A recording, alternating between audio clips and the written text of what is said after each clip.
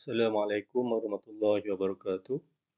Welcome everyone. In this chapter, we explore derivative securities, which are financial instruments whose values depend on underlying assets such as shares, indexes, interest rates, or commodities. We will cover the main types you will meet in practice, which are options, warrants, and futures, and focus on what they are, how they work, why investors use them, and the risk involved. By the end, you should be able to explain derivative contracts clearly, compute basic payoffs, and connect each instrument to real market users in Bursa Malaysia and globally. This slide outlines what we want to achieve. First, we build a general understanding of derivatives and why they exist. Next, we dive into options, including call and put options, how their payoffs behave, and strategies for trading them. Then we discuss warrants and call warrants, which resemble long-dated calls but have unique features. After that, we move to financial futures, what futures contracts are, their types, pricing ideas, and trading strategies. Finally, we close with the major risk of futures and options trading because derivatives amplify both opportunity and danger. We begin with the big picture.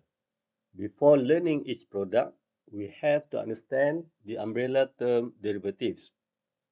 This section explains what derivatives are, where they trade, and why the derivatives market is important for hedgers, speculators, and the overall financial system.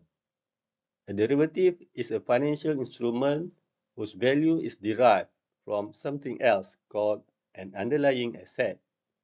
The underlying asset can be currencies, interest rates, stock prices, indexes like the KLCI, or physical commodities such as palm oil or gold.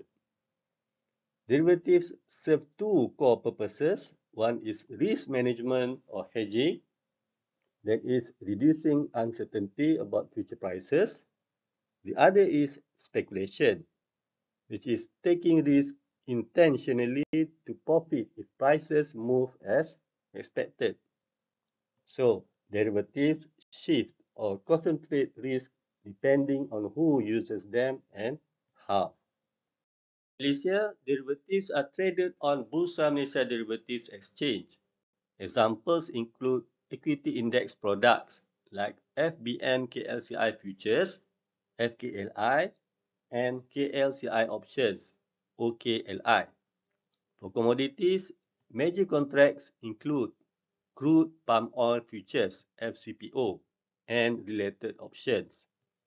There are also interest rate products such as 3-month GLIBOR futures, FKB3, government bond futures, and equity products like single stock futures, SSF. These markets help producers, investors, and institutions manage price exposure efficiently.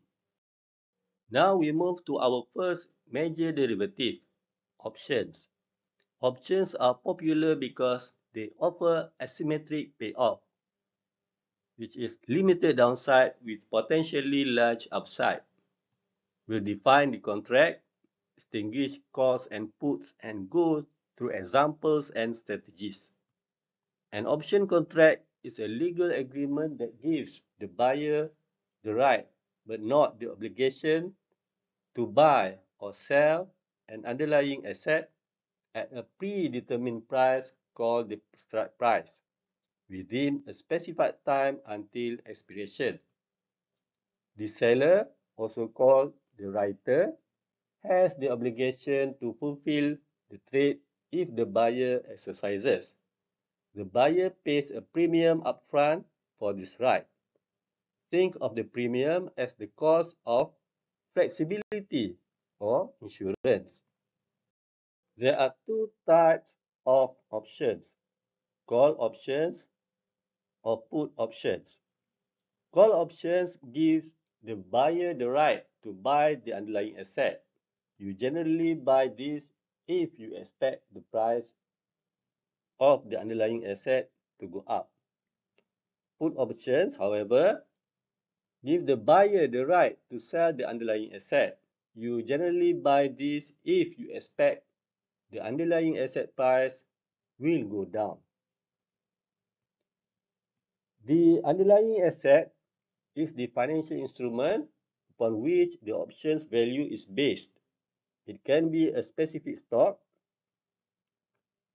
an index, a currency pair, or a commodity.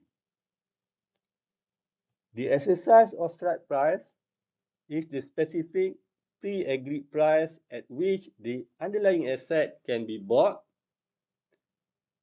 for a call or sold for a put option. This price remains fixed regardless of how the market price moves. The exercise style, whether it is an American style or European style, meaning how the exercise process can be done. The American style options can be exercised at any time up to and including the expiration date. Most individual stocks are American style. The European style options can only be exercised on the specific expiration date, not before that. Most indexes are European style. The expiration date is the date when the contract becomes void. If the option is not exercised or sold by this deadline, it expires worthless. The premium is the market price or cost to purchase the option contract. The buyer pays the premium to the seller, who is also the writer, upfront. This is the maximum amount the buyer can lose. A call option gives its buyer the right to buy the underlying at the strike price. A put option gives its buyer the right to sell at the strike price. The buyer is said to be long the option and the writer is short because they have opposite payoff exposure. Options exist because two parties have different expectations. One expects prices to rise and the other expects the prices to fall or to stay flat. Moneyness describes whether exercising the option makes economic sense right now. For call options, in the money, when the market price is above strike, so buying at strike is cheaper. Out of the money, for call options, is when market is below strike, while at the money, when the market price equals the strike price. For put options, it is reversed. In the money, when the market price is below the strike price, because selling at strike is better. American style options can be exercised anytime before expiry, giving more flexibility.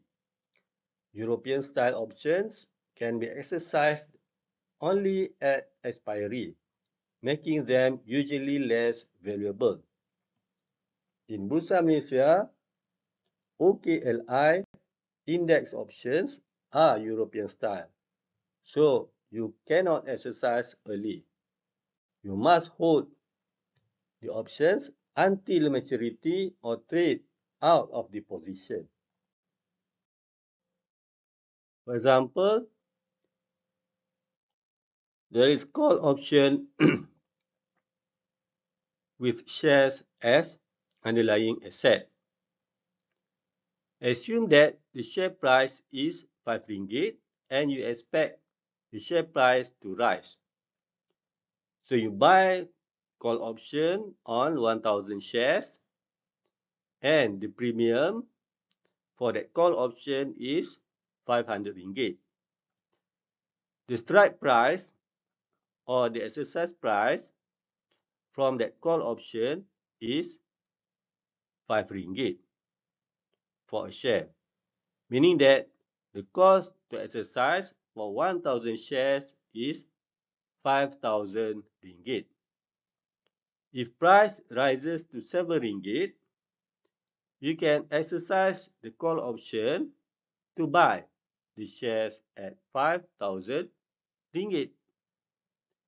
And then you can sell at the market at 7,000 ringgit because at that time the cost or the price for a share is 7 ringgit. So your profit would be 7,000 minus 5,000 minus 500, which is 1,500 ringgit. And your return on capital in percentage is 1,500 over 500 ringgit, which is 300%. If price falls below 5 ringgit, so you just don't exercise, and your loss will be limited to 500 ringgit, which is the premium or the call price. Compare that to buying the stock directly. If you bought 1,000 shares at 5 ringgit per share, you invest 5,000 ringgit. If price goes to 7 ringgit per share, your profit is 2,000 ringgit. That is 7,000 minus 5,000 ringgit. But your return in percentage is 2,000 over 5,000, which is 40%. If price falls, your loss can be very large. So, options provide leverage. Higher percentage returns for buyers while limiting the loss to only premium. The trade-off is you pay premium and face expiry risk. For a case example, a buyer of American style option has an in the money option which is about to expire, but the amount in the money is lower than the premium paid to acquire the option. The exercise price and the prevailing market price are 5,000 ringgit and 5,250 ringgit respectively. Based on premium paid of 500 ringgit, should the investor exercise the option? In order for the option buyer to break even, the market price must be able to absorb the total cost that comprises the price of the premium and the exercise price.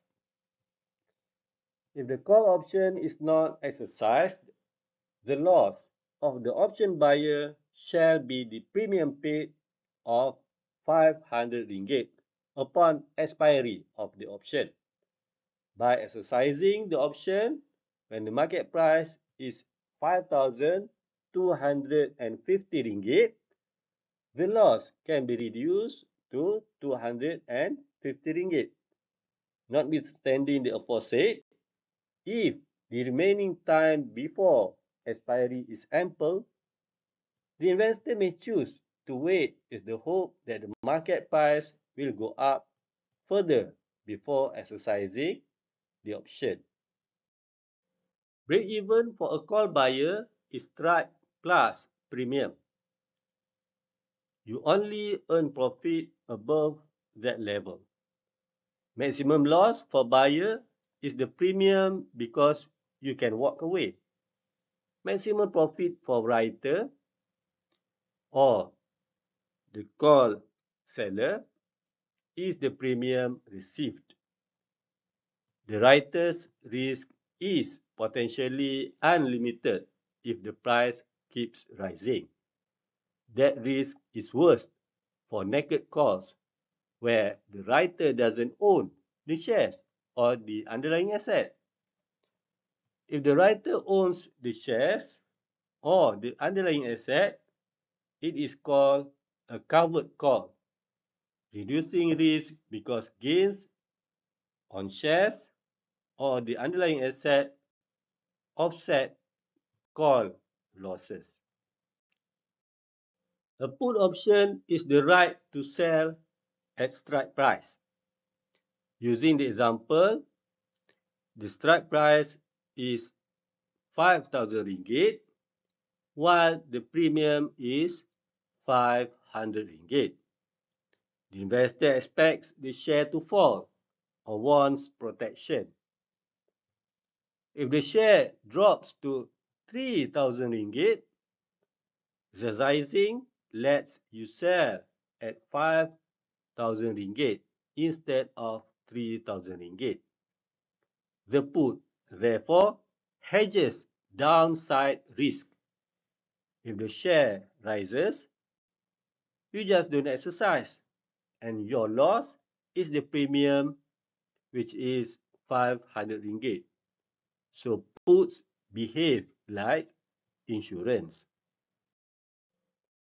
This picture is the profit at expiry diagram for a put option with exercise price equals 5,000 ringgit and premium or the option price is 500 ringgit.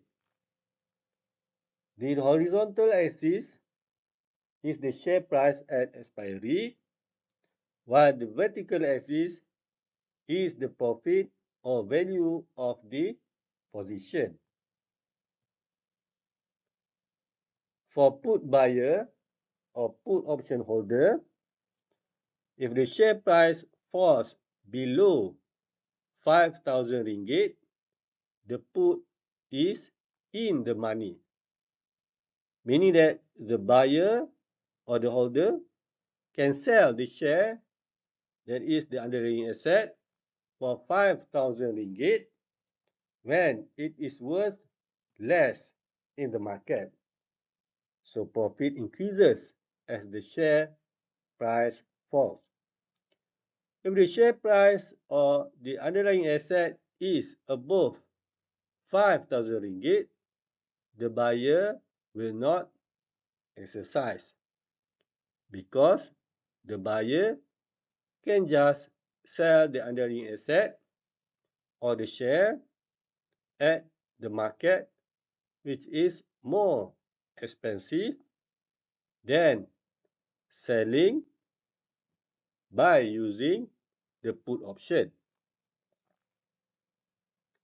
meaning that the option expires worthless and the loss is only the premium, which is 500 ringgit. The point 4,500 ringgit is the break-even price. So at 4,500 ringgit, the profit is 0.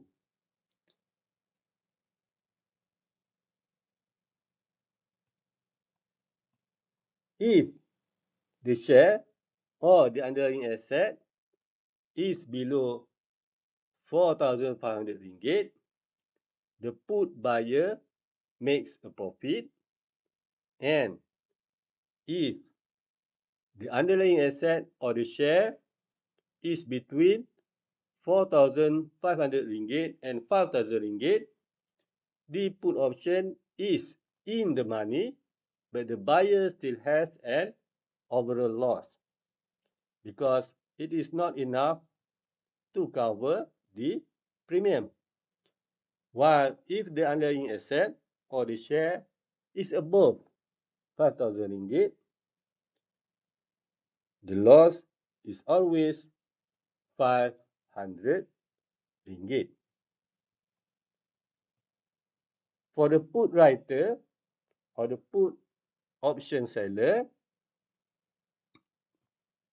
the writer receives the premium upfront, which is 500 ringgit.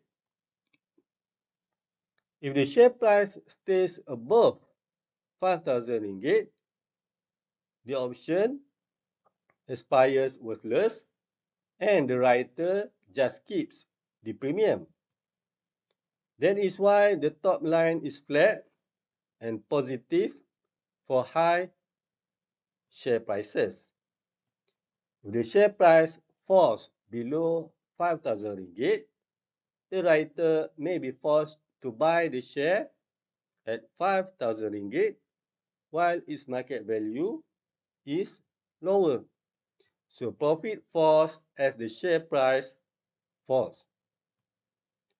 The writer's break-even is also at 4,500 ringgit. So if the share price is above 4,500 ringgit, the put writer makes profit. If the share price below 4,500 ringgit, the put writer starts taking losses, which can be large if the share price drops a lot. The dashed diagonal line is the payoff of the put before subtracting or adding the premium. The gap between the dashed line and each thick line represents the 500 ringgit premium that shifts the payoff into profit or loss for the buyer and the writer. So overall, the picture shows how buyer and writer of a put option have opposite profit profiles and how the strike price and the premium determine those lines.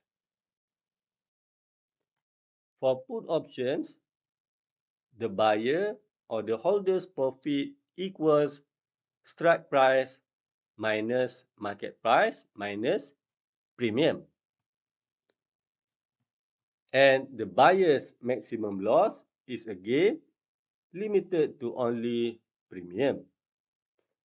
The writers or the seller of the put option, his maximum profit is premium, but the writer risk is large if price collapses. So, just like calls, put options create asymmetry outcomes for buyers and significant obligations for the writers. The value of call and put options depends on the ultimate exercise or strike price stated on the option and the prevailing market price of the underlying asset.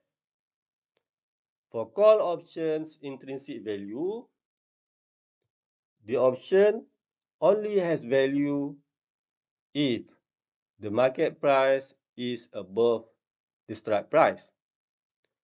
If the market price less than or equals the strike price, then the option's value is 0 because the holder wouldn't exercise the option. For put options intrinsic value, it only has value if the market price is below the strike price. If the market price is higher than or equals the strike price, the option's value would be 0 because the holder wouldn't exercise the option. So the intrinsic value is what you gain if you exercise the option now, while the time premium is the extra value from time left and volatility. More time and higher volatility increase time premium because they raise the chance of ending in the money. Pricing models like binomial or Black-Scholes estimate this combined value.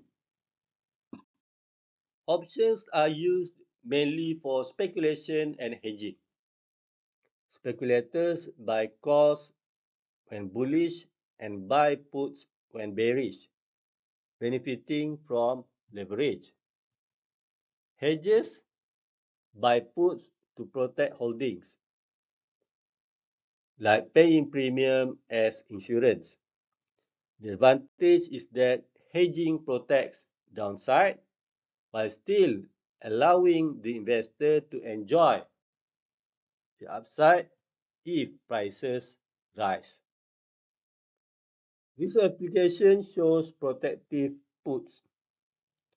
Suppose you buy a share at 5 ringgit and a put option with strike price 5 ringgit for 200 ringgit. No matter how low the price falls, your maximum loss is 200 ringgit because you can always sell at 5 ringgit. If price rises, you keep the full gain minus the 200 ringgit cost. This strategy is widely used by portfolio managers to reduce downside risk without selling their shares. We now look at a real institutional example. OKLI is an index option traded on Bursa Malaysia. Understanding local contract specifications is important because payoff logic must match contract rules. OKLI launched in December 2000. Its underlying is FKLI futures, not the index directly. The contract is European style and cash settled, meaning no shares change hands. The minimum tick is 0.1 index point, equal to 5 ringgit. Contract months include the spot month, next month, and 2 quarterly months. These details tell you how premium is quoted and how settlement works. For example, the June FTSE Bursa Malaysia KLCI futures or FKLI is at 1,200 point. A September 1,200 OKLI is priced at 25 points. The premium value will be 25 multiplied by 50 ringgit, which is 1,250.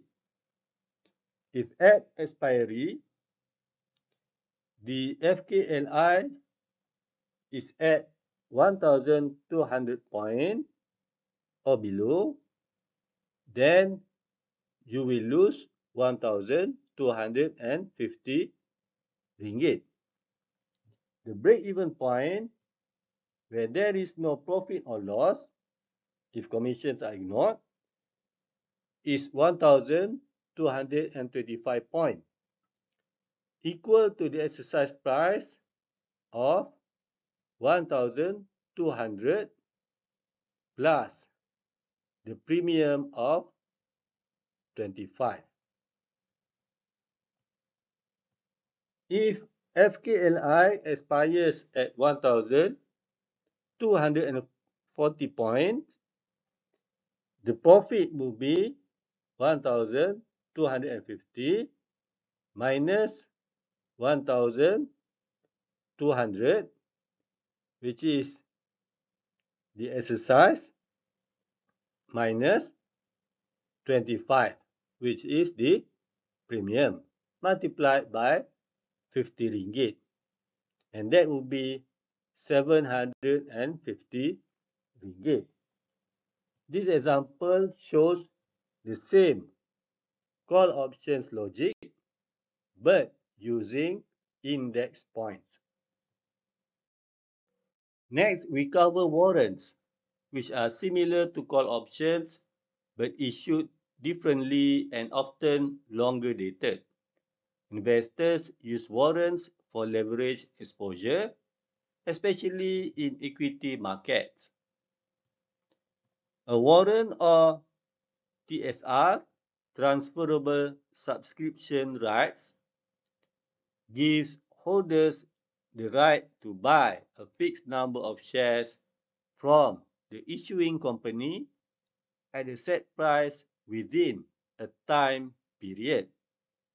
Warrants are transferable, so they can be traded before expiry. Unlike options, exercising a warrant creates new shares, which can dilute existing shareholders. For example, Hovid warrants once traded at 2 cents with exercise price of 36 cents. Warrants are often issued as sweeteners attached to other securities like loan stock or rights issues. They are detachable, so once separated, they trade on their own. Their value rises as the underlying share rises and falls as time to maturity declines. Call warrants are issued by third parties, not the underlying firm. They generally have shorter life, often 2 years or less. Settlement may involve delivering shares bought in the market or cash settlement.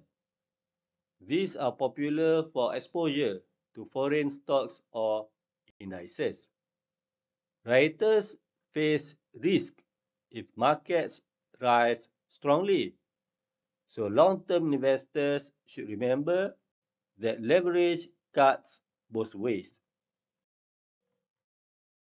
6 drivers the warrant's value. First is the underlying price. The higher the share price, the higher will be the warrant value. Second is the exercise price. The higher the exercise price, the lower will be the intrinsic value. Third is time to expiry. More time is more valuable. Warrants decay towards zero at maturity. Fourth is the market volatility. More volatility rises, the chance of future in the market status of the warrant. Fifth is interest rates. The higher the rates support warrants because you defer paying the full share price. And the last is the dividend. Higher dividends lower share price, that is reducing warrant value. Even though warrant losses are usually limited to the purchase price, investors should not passively buy and hold to expiry. Warrants can become worthless if they expire on the money. Active monitoring is essential because time decay accelerates near maturity. Next, we go to futures contract. A futures contract is a legally binding agreement to buy or sell an underlying asset at a future date for a price agreed today. The underlying asset can be commodities, currencies, interest rates, stock indices, or shares. Futures can end with physical delivery or cash settlement, though most traders close the position before delivery. For futures, spot price is today's cash price, while futures price is the agreed future price.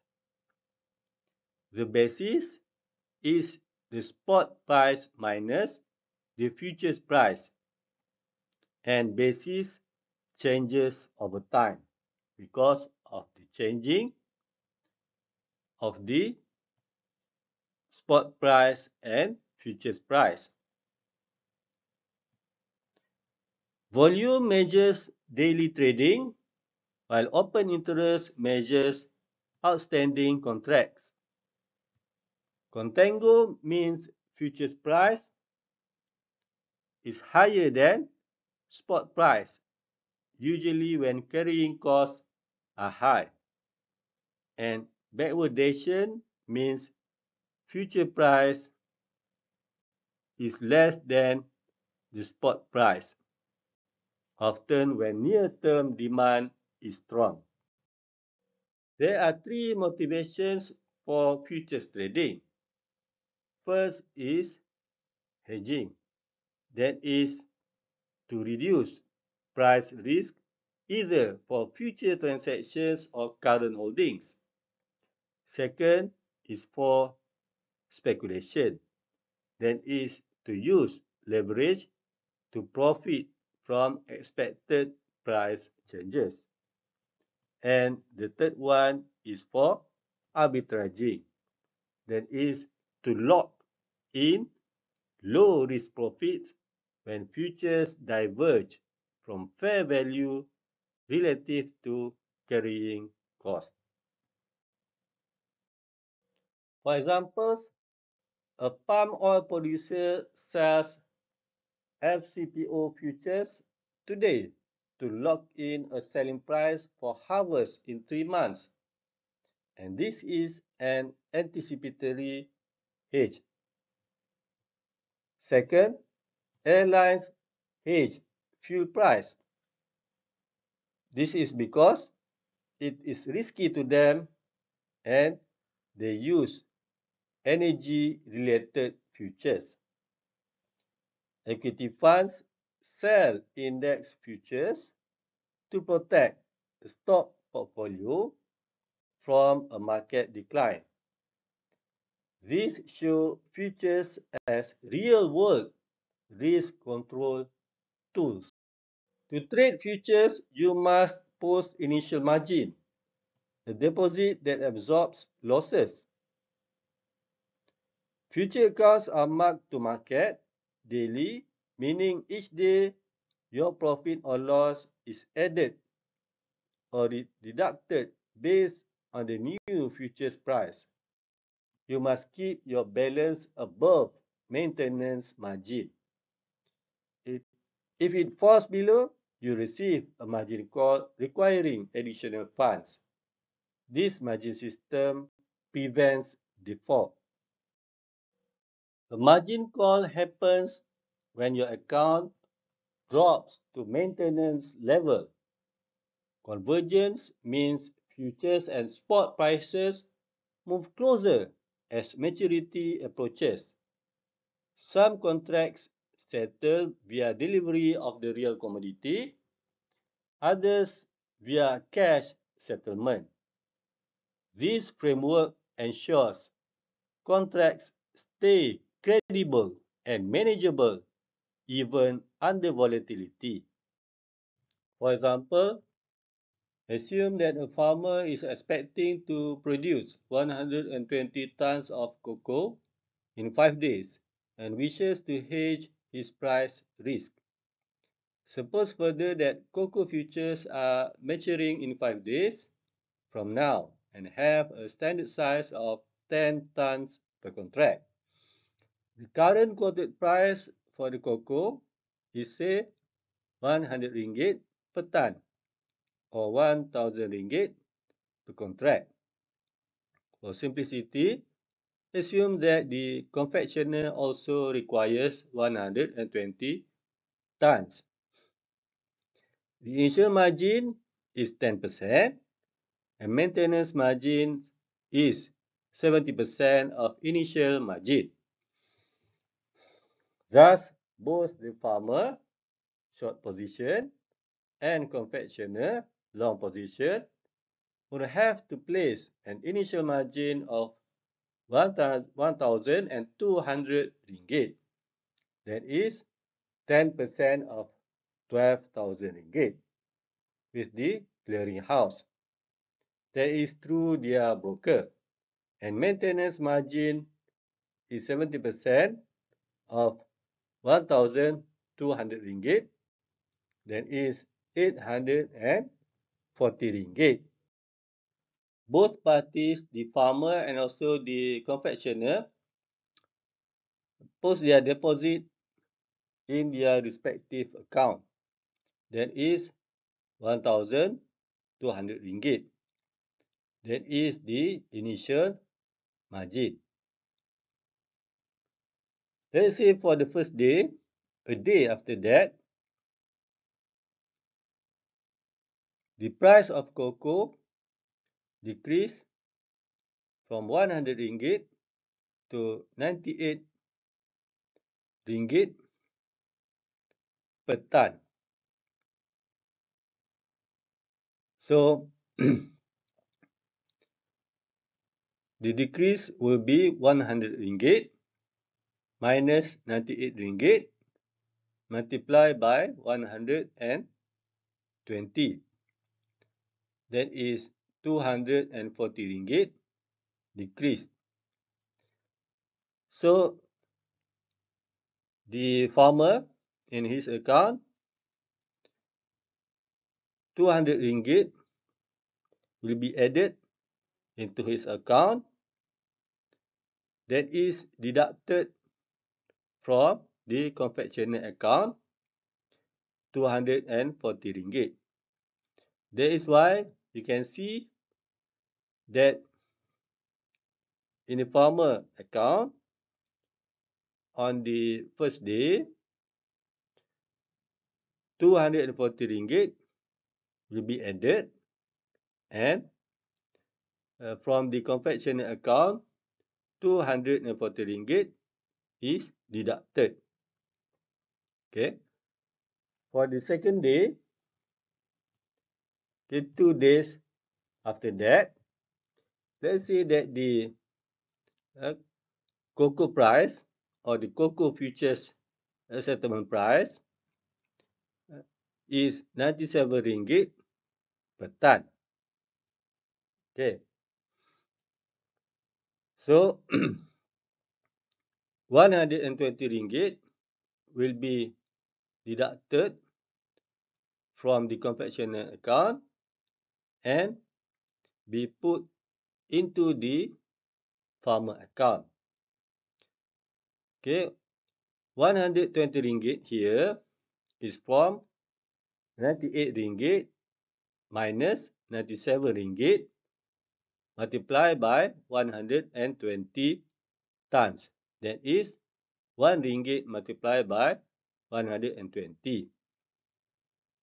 Okay.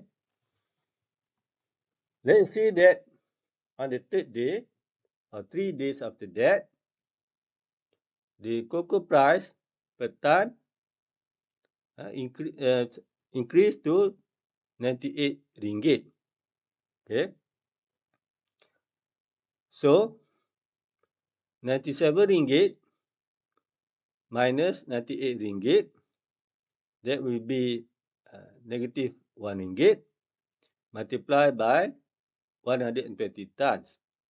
That is negative 120, or we say that we deduct 120 ringgit from the farmer's account and we put into the confectioner's account. Okay, on the third day. Let's say on the fourth day. Okay.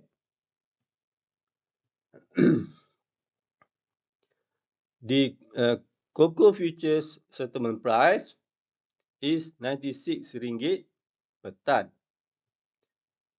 So, 98 ringgit minus 96 ringgit, that is 2 ringgit, multiplied by 120 tons, that is 240 ringgit, will be transferred into the farmer's account, and the confectioner's account, 240 ringgit is deducted.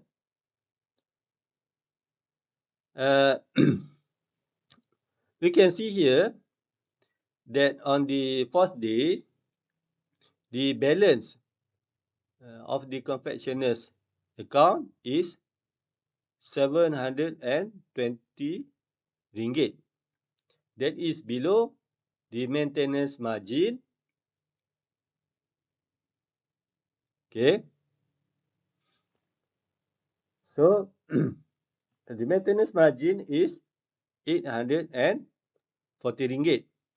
So, the confectioner need to top up his account back to 1,200 ringgit. So, from 720 ringgit, he needs to top up 480 ringgit, so that the balance will be 1,200 ringgit. That is the initial margin. Okay. Let's say on the fifth day, the cocoa future settlement price or the cocoa price, okay, on that day is 95 ringgit. Yeah, decrease 1 ringgit. Then is 96 ringgit minus 95 ringgit. Then that 1 ringgit we multiply by 120 tons equals 120. Okay. So 120 ringgit will be added to the farmer's account, and 120 ringgit is deducted from the confectioner's account. Okay.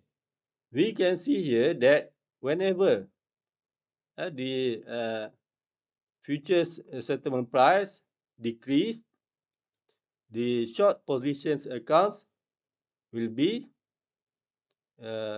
added, and when the future settlement price increase, then the long positions accounts will be added.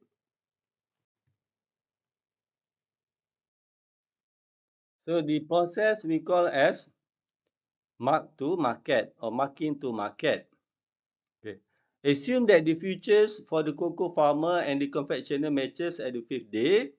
Okay, as the previous slide. Hence, the futures settlement is 95 ringgit per ton. The price on the fifth day. If there were no margins, no marking to market, okay, the process of addition and also reduction of the money in the account, the confectioner will have a huge incentive to default, meaning that he will not stick to his deal or his promise, as he can get the same cocoa at a cheaper price from the spot market. Okay. The amount of total margins that the confectioner paid is 5 ringgit per ton. Okay, that is 100 ringgit minus 95 ringgit. Okay, or 600 ringgit. Okay, that is 500 5 ringgit multiplied by 120 ton.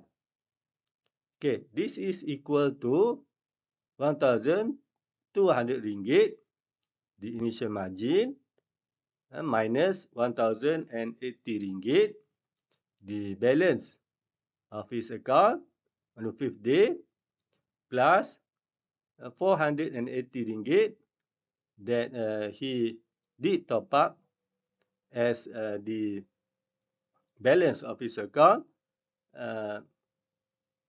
reduced to less than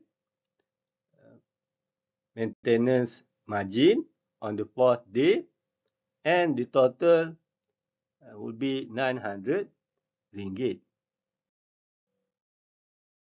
The remainder amount that he has to pay to take the delivery of cocoa is 95 ringgit per ton.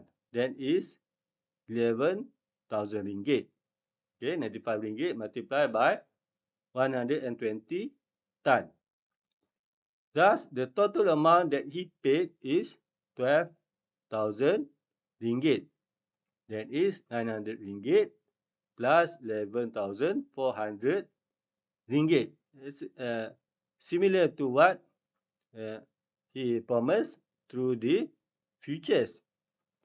There will be no incentive for the confectioner to default, since he would either pay the remainder 11,400 ringgit on the futures, or buy cocoa in the spot market for 11,400 ringgit for the 120 ton of cocoa. And you can think by yourself the situation that the farmer has encountered. Speculators enter futures without underlying exposure, aiming to profit from price moves. They also provide liquidity to the market so hedgers can trade easily. Arbitrageurs exploit futures and spot mispricing.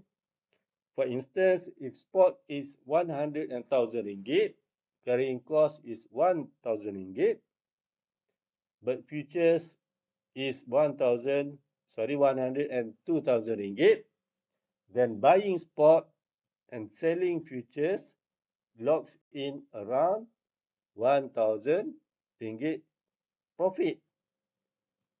So arbitrage keeps markets efficient.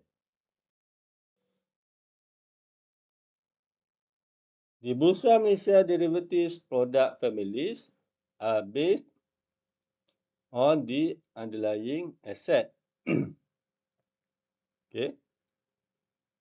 The first one is commodity derivatives.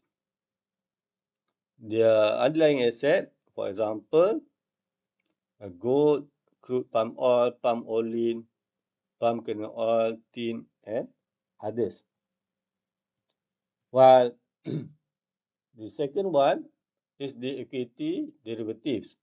For example, FKLI, OKLI, and single stock futures.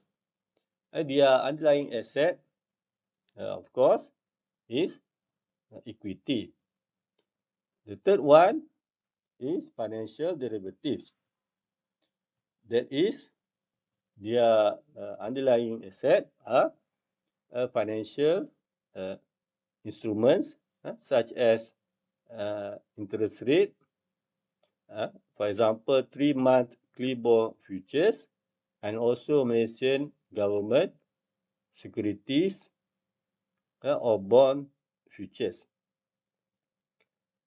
Meaning here that there is a broad ecosystem supporting hedging and trading needs in Malaysia. The Malaysia's flagship equity futures contract is FKLI or FTSE Bursa Malaysia LCI Index futures, meaning that the underlying asset here is the FTSE Bursa Malaysia KLCI Index.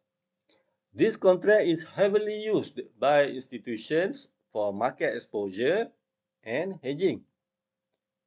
Okay. Contract value equals index multiplied by 50 ringgit. Minimum tick is 0.5 point and worth 25 ringgit. 4 contract months trade at a time. A spot month, next month, and 2 quarterly months. FKLI is cash settled on the final trading day, meaning no share delivery. Okay, just the cash difference that needs to be settled. For example, if June FKLI is at 1,500 point, then the contract value is 1,500 multiplied by 50 ringgit. Then is 75,000 ringgit. Remember, buying or selling one contract gives you exposure equivalent to that notional amount, while only posting a fraction as margin. And this is where leverage comes from. Most index futures end in cash settlement. For FKLI, the final settlement value is derived from the average KLCI over the last 30 minutes of trading, excluding the 3 highest and 3 lowest readings to reduce manipulation. Any open positions are then settled on the next business day. Okay, for example, suppose a fund manager expects to need 10 million ringgit in 6 months and worries about a market fall. KLCI is at 1,400 point, while the futures on KLCI is at for 6 months is at 1,430. Each contract value equal 1,430 multiplied by 50 ringgit. That is 71,500 ringgit. So to hedge 10 million ringgit as the manager expect, then 10 million over 71,500 ringgit will get 140 contracts. Okay, the contracts needed to hedge 10 million ringgit. So he sells 140 FKLI. If the market falls, futures profits offset portfolio losses. If the market drops 10%, the portfolio falls from 10 million ringgit to 9 million ringgit. A 1 million ringgit loss. Futures fall from 1,430 to 1,287, generating about 1.001 ringgit million profit. Okay. Net effect